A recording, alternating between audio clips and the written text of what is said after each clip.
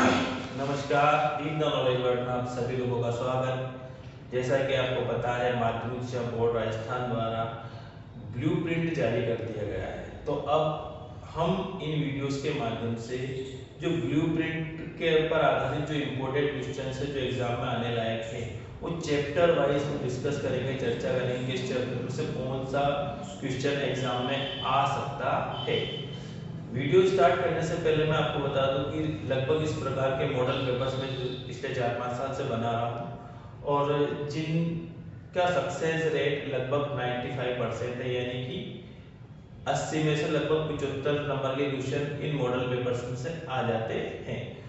बाकी आप एक्स्ट्रा मेहनत करें, बात अलग है, मैं ये नहीं कहता हूँ, लेकिन ये बात है कि यहाँ से हमें बहुत कुछ अच्छा मिल जाएगा। तो शुरुआत करेंगे हम हमारी बुक जो है सेकंड वाली स्वतंत्र भारत में राजनीति, उसकी शुरुआत करते हैं। उसका पहला चैप्टर राष्ट्र निर्माण की चुनौतियां। तो इस चैप्टर में से एक ही क्वेश्चन आना है जो कि बड़ा आना है 4 नंबर का ब्लूप्रिंट के अकॉर्डिंग। मैं आपको ये भी बता दूं कि ये जितने भी क्वेश्चन बता रहा हूँ ब्लूप्रिंट के अकॉर्डिंग ही बता रहा हूँ। तो पहला क्वेश्चन हम डिस्कस करने वाले हैं, आंध्र प्रदेश राज्य के विशेष संदर्भ में भारत में राज्यों के पुनर्गठन का वर्णन कीजिए। क्या आंध्र प्रदेश के मामले में सरकार की आशंका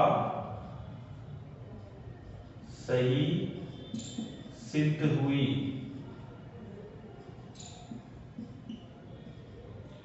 यस।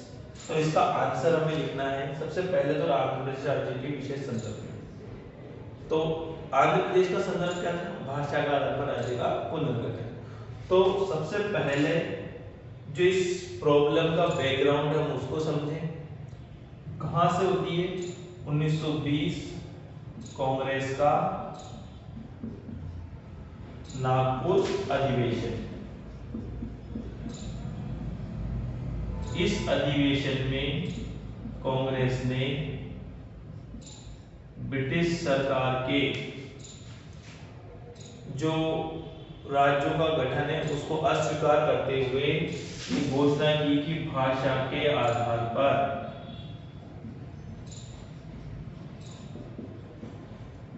राज्यों का पुनर्गठन होना चाहिए, राज्यों का गठन हो। अब 1920 में कांग्रेस ने अपनी नीति घोषित कर दी और 1920 के बाद 1947 जब भारत आजाद हुआ परिस्थितियां बदल जाती हैं। सबसे इंपॉर्टेंट परिस्थिति थी भारत का विभाजन हो जाता है। तो हम समझें बदली हुई परिस्थिति। क्या थी बदली हुई परिस्थिति? भारत का विभाजन हो चुका था और अब देश की एकता और अखंडता सरकार के लिए, संविधान निर्माताओं के लिए, कांग्रेस के लिए एक बहुत बड़ी चुनौती और चिंता का विषय थी। अब ऐसी परिस्थिति में सरकार और कांग्रेस पार्टी, कई सारे नेताओं का मानना था कि भाषा के आधार पर राज्यों का पुनर्गठन देश में अलगाववाद और देश की एकता के लिए खतरा होगा, अलगाववाद को बढ़ावा देगा। और इसी असमंजस में थे और इसी दौरान आंध्र प्रदेश को अलग राज्य बनाने के लिए मद्रास जो राज्य था, उस मद्रास राज्य से तेलुगु भाषा के आधार पर एक अलग राज्य जिसका नाम आंध्र राज्य होना था, उसके लिए एक आंदोलन चल पड़ा। आंदोलन का नेतृत्व किया श्री पोट्टी रामुलु।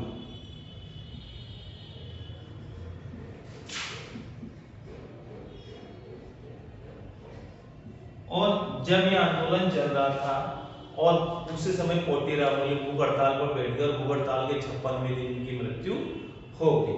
आंध्र प्रदेश के अंदर हिंसा बहुत ज्यादा बढ़ गई और ऐसी स्थिति में भारत सरकार ने दिसंबर 1952 में घोषणा की कि हम आंध्र प्रदेश राज्य का गठन करेंगे भाषा के आधार पर। 1953 में भाषा के आधार पर बनने वाला भारत का पहला राज्य था आंध्र प्रदेश। आप कहेंगे 52 में घोषणा है, घोषणा 52 में, लेकिन क्रियान्वित 53 में हो पाई।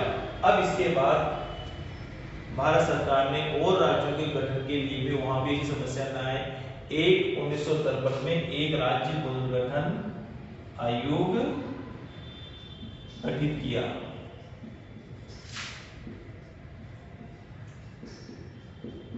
राज्य पुनर्गठन आयोग का गठन किया गया भारत के और भी राज्यों का पुनर्गठन करने के लिए। और इस आयोग की सिफारिश क्या थी मुख्य?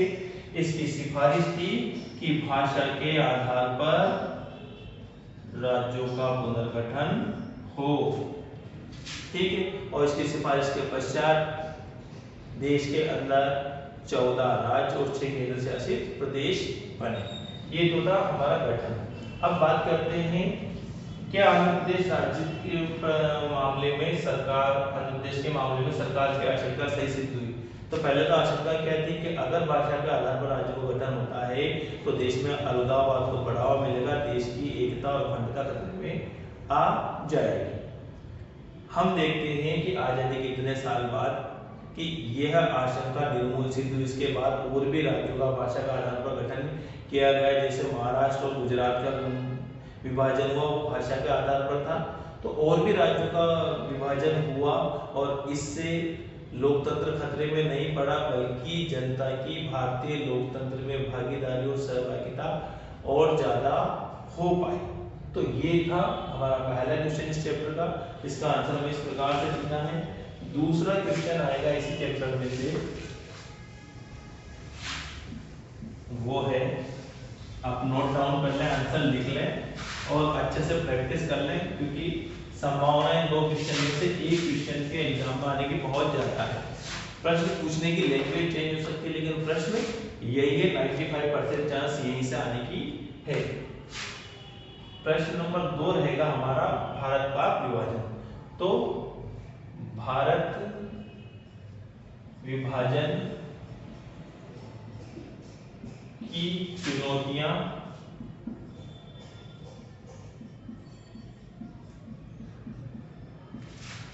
और परिणाम बताइए।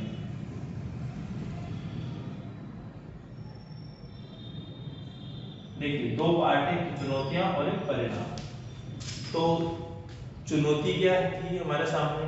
तो पहली चुनौती थी, क्योंकि पाकिस्तान का निर्माण भारतीय विभाजन के आधार पर हुआ था कि मुस्लिम लीग की वो डिमांड कि मुसलमानों के लिए अलग राज्य बनना चाहिए।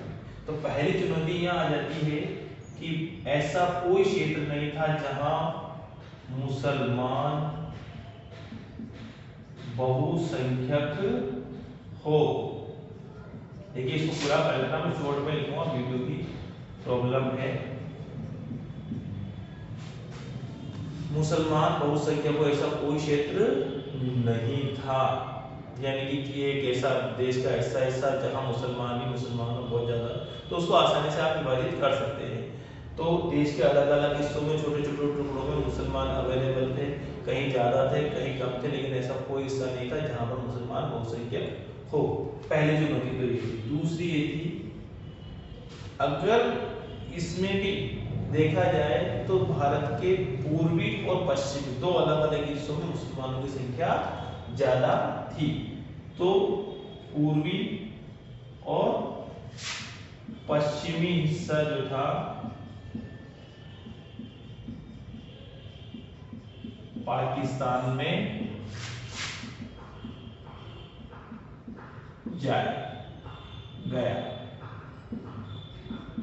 यानी कि पाकिस्तान 2 हिस्सों में बना, एक पूर्वी पाकिस्तान और पश्चिम पाकिस्तान, और बीच में बहुत बड़ा क्षेत्र था भारत का, और इसको हटाने का कोई और तरीका था नहीं। तो ये दूसरी समस्या थी, क्षेत्रीय बीच में भारत का इतना बड़ा इलाका आने की। तीसरी समस्या, मुसलमानों के नाम पर बना, लेकिन सभी मुस्लिम पाकिस्तान में जाने को तैयार नहीं थे। देखो तैयार नहीं थे। है ना। ऐसा नहीं कि सभी मुस्लिम इस प्रस्ताव से खुश थे। जो उत्तर पश्चिमों सीमा प्रांत जो प्रदेश था उसके नेता थे सीमांत गांधी जिन्हें कहा जाता था अब्दुल गफ्फार खान, उन्होंने इस प्रस्ताव का विरोध किया। वो पाकिस्तान में शामिल होना नहीं चाहते थे। चौथी प्रॉब्लम थी बंगाल और पंजाब के विभाजन की। बंगाल और पंजाब में दोनों कम्युनिटीज स्पेशली मुस्लिम और सिख और हिंदू, ये कम्युनिटीज बहुत बड़ी मात्रा में थी। कुछ हिस्सों में मुसलमान बहुत ज्यादा थे, कुछ में हिंदू ज्यादा थे या सिख ज्यादा थे। तो ऐसी स्थिति पर निर्णय इनका लिया गया कि बंगाल और पंजाब के वे हिस्से, वे जिले या वो तालुके जहाँ पर मुसलमान ज्यादा होंगे वो पाकिस्तान में चले जाएंगे और शेष जहाँ सिख और हिंदू ज्यादा होंगे वो भारत में रहेंगे। यानी इसका एक हिस्सा पाकिस्तान में, उसका भी एक हिस्सा पाकिस्तान में और एक हिस्सा भारत में रहा। पांचवी और सबसे विकराल समस्या जो थी वो थी अल्पसंख्यकों की समस्या।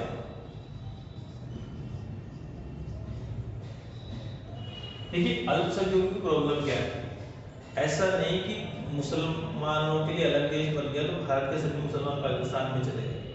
कुछ जा पाए, कुछ नहीं जा पाए। जो भारत में रह गए उनके लिए चुनौती, और जो मुस्लिम और सिख या दूसरे गैर मुस्लिम जो थे पाकिस्तान में रह गए, अब उनके लिए चुनौती थी। उनके लिए उस देश के अंदर वो दोहरे दर्जे के नागरिक हो गए थे, उनके अधिकार नहीं थे, उन पर अत्याचार हो रहे थे और उनकी सुनने वाला, उनकी ओर ध्यान देने वाला कोई भी नहीं था। तो ये अल्पसंख्यक अचानक अपने ही देश में पराये हो गए थे इस विभाजन की वजह से। अब इसका परिणाम क्या आएगा?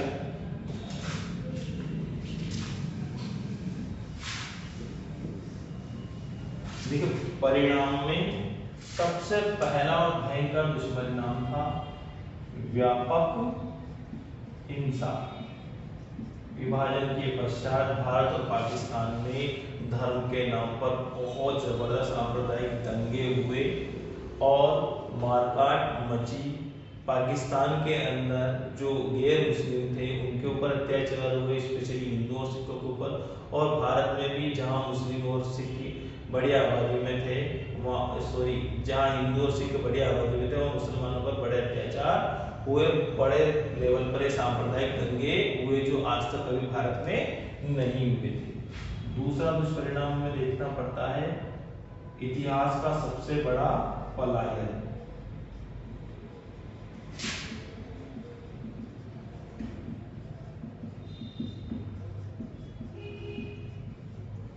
देखिए इतिहास का सबसे बड़ा पलायन हुआ। 80 लाख लोगों ने भारत से पाकिस्तान और पाकिस्तान से भारत की ओर पलायन किया और यह बहुत ही दर्दनाक था, बहुत ही तकलीफ देह था। कई सारे लोग रास्ते में मारे गए या लूट लिए गए और यहाँ आने के बाद में उन्हें शरणार्थी शिविरों में रहने के लिए बाध्य होना पड़ा। सरकार और प्रशासन उनका इंतजाम करने में कई मायनों में असफल रहा।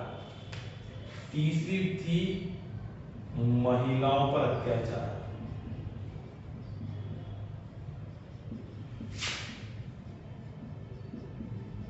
क्या परिणाम आया? महिलाओं पर अत्याचार के रूप में बहुत बड़ा परिणाम हमें देखने को मिलता है, क्योंकि पलायन के दौरान दूसरे धर्म की महिलाओं से जबरदस्ती शादी करना, बलात्कार करना, रेप करना, ये एक सामान्य सी बात थी। और इसी के डर से कई सारे परिवार के लोगों ने अपनी ही महिलाओं को अपने ही हाथों से कुल की इज्जत के नाम पर मौत के घाट उतार दिया। तो यहाँ महिलाओं पर बड़े व्यापक स्तर पर अत्याचार हमें देखने को मिलते हैं।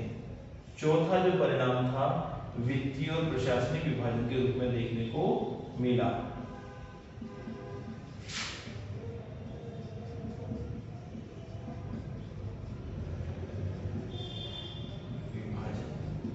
देखिए विभाजन हुआ और विभाजन के बाद आर्थिक संसाधनों का बंटवारा, देनदारियों और लेनदारियों का बंटवारा दोनों देश के बीच हुआ। और ये बटा इतने व्यापक स्तर पर हुआ था कि छोटी छोटी टेबल कुर्सी मेज तक का भी बंटवारा इसमें किया गया। साथ ही कर्मचारियों का भी बंटवारा, कौन से कार्मिक किस देश के हिस्से में आएंगे इसका भी बंटवारा इसके अंदर किया गया। और पांचवा था भारत का धर्मनिरपेक्ष स्वरूप।